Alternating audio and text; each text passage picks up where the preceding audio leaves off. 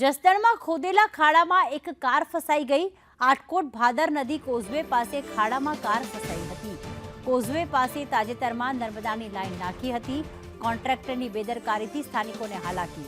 ગ્રામજનોએ કોન્ટ્રાક્ટરને અનેકવાર રજૂઆત કરી છે। રસ્તા પર ગટરના પાણીનો નિકાલ થતાં નવી લાઈન નાખી। નવી લાઈન નાખ્યા બાદ ગટરમાં પાણીનો નિકાલ જ થતો નથી। રસ્તે ચાલતા લોકોને આ ગટરોના ગંદા પાણીમાંથી પસાર થવાનો વારો આવ્યો। પિયુષ વાઝા અમારી સાથે જોડાઈ ગયા છે। પિયુષ, કેટલી લોકોને પરેશાની થઈ રહી છે અને કેટલા સમયથી આ પ્રશ્નનો ઉકેલ નથી આવ્યો?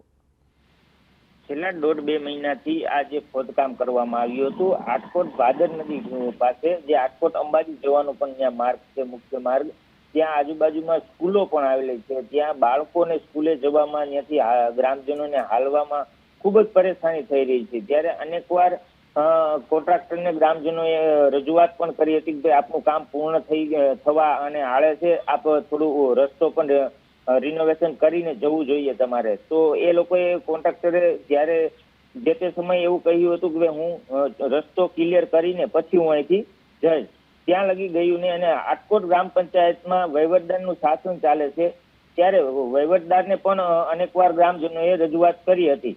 જી, આભાર તમામ વિગતો માટે।